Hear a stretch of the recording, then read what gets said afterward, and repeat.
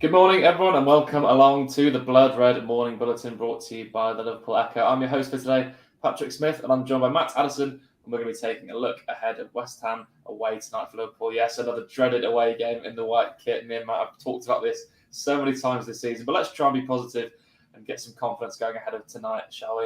As I said, I'm joined by Liverpool.com editor Matt Addison. So, Matt, a little general overview. How do you think it's going to go for the Reds tonight? Yeah, I think there's a decent argument that this is Liverpool's toughest game left. I know, obviously, Tottenham is coming up at the weekend, and as soon as this one's finished, I'll probably be making the argument that Tottenham is even more difficult. But that's kind of just the way it has been, really, for Liverpool away from home. Like you say, we've had a number of these games that we've previewed with a bit of trepidation. I think the last couple of games have kind of shown that they can perform and they can do, better in terms of their general style. I think the new formation has worked, and all the rest of the things that you kind of talk about as kind of optimistic things to look forward to within this game. But I do think there is, as I'm sure we'll come to, a couple of little concerns. The set pieces that we saw at the weekend, obviously Liverpool profited from Nottingham Forest being terrible at them, but it only took a long throw and a couple of Sunday league moves, and Liverpool's defence kind of crumbled a little bit. So I think that's a little bit of a worry, but ultimately they've been to West Ham before, and it's a tricky place to go. They are a good team, but Liverpool do have a decent record there. I think they've tended to do quite well there. I know they got beat there last season, but that was a kind of a rarity. We've seen plenty of counter-attacking goals there. The one that always sticks in my head is the one where Salah, I think Oxlade-Chamberlain crosses it, doesn't he? And Salah tucks it away. I think there'll be a few opportunities to do that. I think West Ham probably would take a point, but they are at home. It's under the lights. There's going to be a little bit of an atmosphere there. I think the position that they're in, they're probably not going to get relegated. The pressure is off them a little bit. I think for Liverpool, it's an opportunity to go and build on what they did against Leeds. It's not going to be 6-1, but they can win from away from home, and they can score goals away from home as well.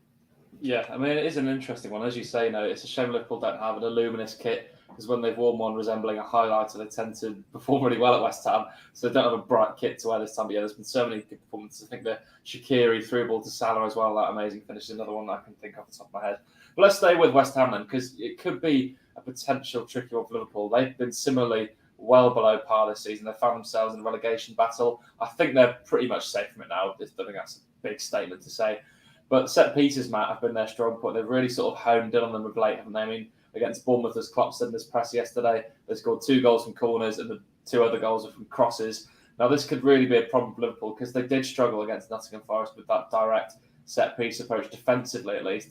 Is that the main cause for concern tonight?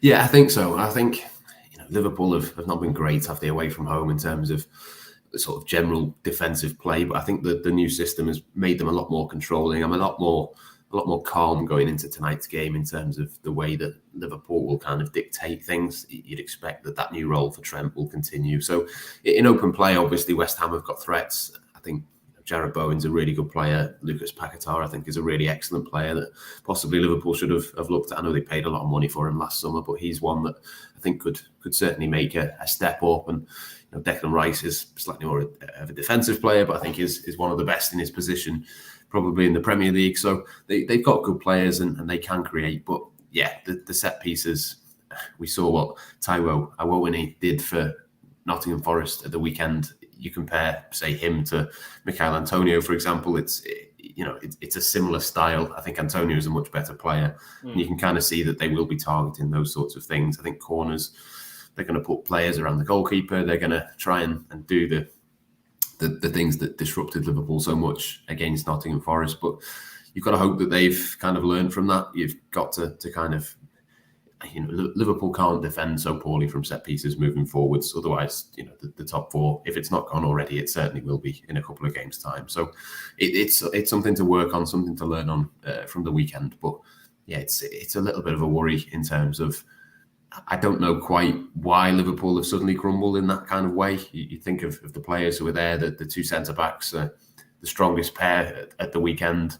Obviously, Trent has moved into a new role, but set pieces has never been something that you'd expect him to be picking up, one of the bigger lads. And I don't know quite what it is. There's been a few questions all season about a Liverpool kind of physically up to it if they have, say, a Harvey Elliott in midfield, or where does Fabio Carvalho fit in with those players being a little bit shorter and maybe not quite so physical. But Firmino was on the pitch for most of the game against Forest. There was, there were the kind of taller and more physically imposing players on the pitch. That wasn't really an excuse or an explanation for him at the weekend. So yeah, they've just got to be a little bit more composed and calm, and hopefully there isn't too much chaos. But I suppose the best way of stopping West Ham from set pieces is to not give those away in the first place. There was, obviously Addison with the silly pass that went out for a throw-in that led to one of the goals. The weekend. If Liverpool can be calm and dictate things and try and keep the ball in play as much as possible, if you can kind of cut out the silly errors and stupid mistakes at the back, maybe that just gives you one or two less of those corners to have to deal with. And I mean, they could do with the practice, but let's keep that in training rather than on the pitch. Yeah, I think it's probably some of the most predictable game plans from either side that we'll see this season. We know what Liverpool are going to do. We know what West Ham are going to do. It's interesting you mentioned Mikel Antonio, though, because obviously he is a striker and tends to stay in the box, but he's actually got a massive throw-in, and West Ham could use that. I know they haven't used it for a while because obviously he stays up front, but there's times where he's played right back and he can almost throw it half the pitch, so it wouldn't surprise me to see West Ham try that tactic tonight. But speaking of defending set pieces, Matt, Ibrahima Konate has been amazing in this new tactic Liverpool have adopted, sort of sweeping over to the right-hand side behind Trent. And, of course, his physicality is huge. Now, there's a risk that he's not going to play tonight. Klopp mentioned yesterday he was unsure whether he will or won't. Let's say he doesn't play tonight and isn't fit for it. Would you opt for Joel Matip or Joe Gomez? Because, obviously, they both have different offers. Do you prefer physicality for set pieces, or do you want the pace of Gomez on the 3-2-5 formation? I think I'd probably go with Matip, but it's a difficult one. I think, for the set pieces, I think it will be important to have him there. I think there's probably an argument that it probably, the new system, I know Gomez has got the pace and he can kind of transition across to that fullback position, but I quite like the idea of Trent being in the midfield and Matip having a little bit more space to do those little dribbles that he does out from the back. I think that, in theory, might be something that I'd quite like to have a look at, but yeah, let's be honest, neither of them have been particularly great. I think we've just got to hope really that Konate can come back and play. But I don't know, at some point someone is going to have to come in. It's not going to be the first choice back four for the rest of this season. There's just too many games. You think of this game today, and Tottenham and Fulham and Brentford. There's decent teams coming up. Some of them are at home, of course, but you don't want to be making loads of changes. I don't think Liverpool are in a position really where you can sort of go wholesale or spring any surprises, but I do think there'll be possibly one or two changes tonight, maybe a couple more at the weekend, and they are going to have to freshen things up, and at some point that is going to have to be at centre-back. But yeah, it's not the most encouraging situation, is it? Whether there's injuries or knocks or whatever. I think if he can come back, he'd probably play him, but if not, probably has to be Matip, I think. But yeah, again, that would probably add to my worries. I think it would be a little bit of a nervous one, I think, for lots of Liverpool fans if he was to play, just because we've not seen him at his best now for a little while. Yeah, I mean, it's a dilemma. It's a good point you make about Matip in possession, because he will have more time and space, but this defensively this season, I mean, he's looked slow, he's clearly getting on a bit, and I just am concerned, let's say, if aside Benrahma has the freedom to attack the outside of Joel Matip, that's where the only concern for me could be. So I think I'd probably lean towards Joe Gomez, but then set piece is going to be a big risk, aren't they? Well, let's change topic then, Matt. In Klopp's press conference yesterday, our very own Theo Squires asked him about Naby Keita. He's obviously been injured, I'll put in inverted commas, for quite a long time now. Do you think his Liverpool career's over and this will be the last we see of Naby? Yeah, he's always been quite vague, hasn't he, Klopp, with when he might be back and that kind of thing. I think even if he was fit, he wouldn't be playing.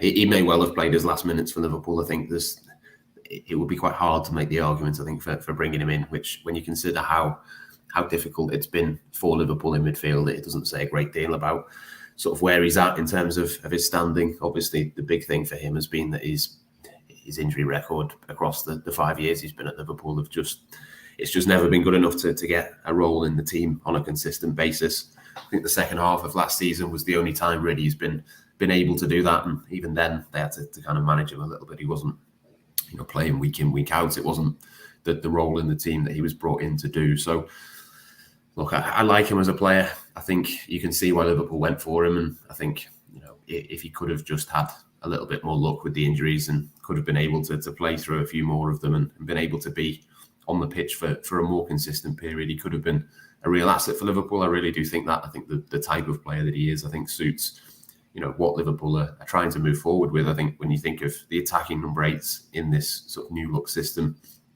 Naby Keita, or certainly the Naby Keita that we saw at his previous club, would have been perfect for that. I think if Naby Keita was 22 and at Leipzig now, and we were looking at this new system, you'd be all over a move for him. But it just hasn't happened for him, and it's been a long enough period, hasn't it? We've had 5 years of him.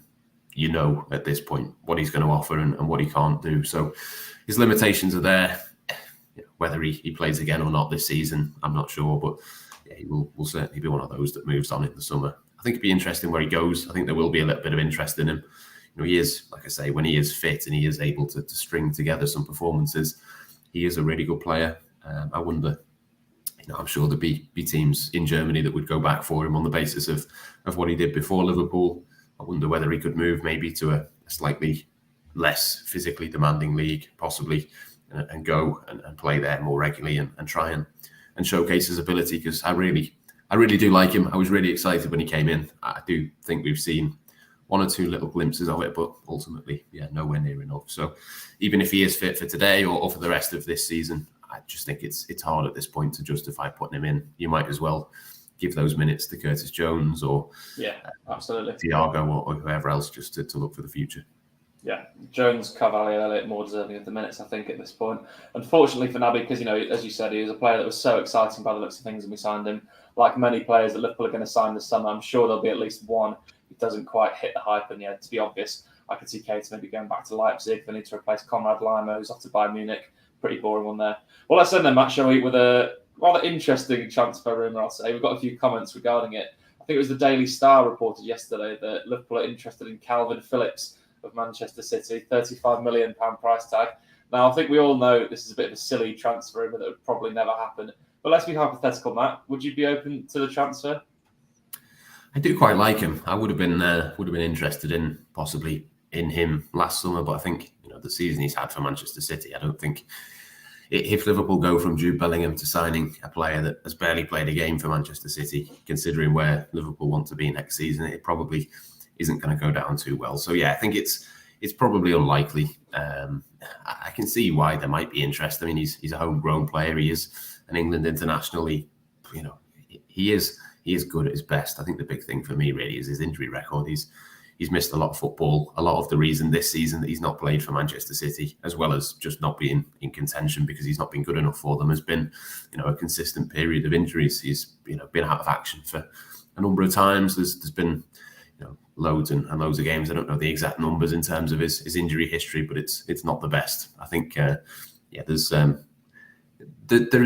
reason to think that Liverpool might have looked at him and considered him, but I'd be quite surprised if he was the one that they ended up with in the summer. Yeah, same here. I think we can all be very surprised, but I want to take that transfer with a pinch of salt. But you never know. Who knows? Maybe they'll shock us and go in for him and he'll have a huge fitness rebuild in the summer himself, because I think that's clearly what he'll need. I'm not sure he'd last 5 minutes in a Jurgen Klopp gegenpress. But anyway, we'll leave the morning stream there. Thank you to all of you for watching and listening along on Facebook, YouTube and Twitter. Be sure to stick around on the Blood Red channel because we've got loads of pre-match content in the build-up to West Ham United versus Liverpool, as well as all the pre-match reaction. You can join myself and Matt later on for the debrief, as well as Jurgen Klopp's post-match press conference. But for now, thank you very much for joining us. We'll catch you again soon on Liverpool Daily News.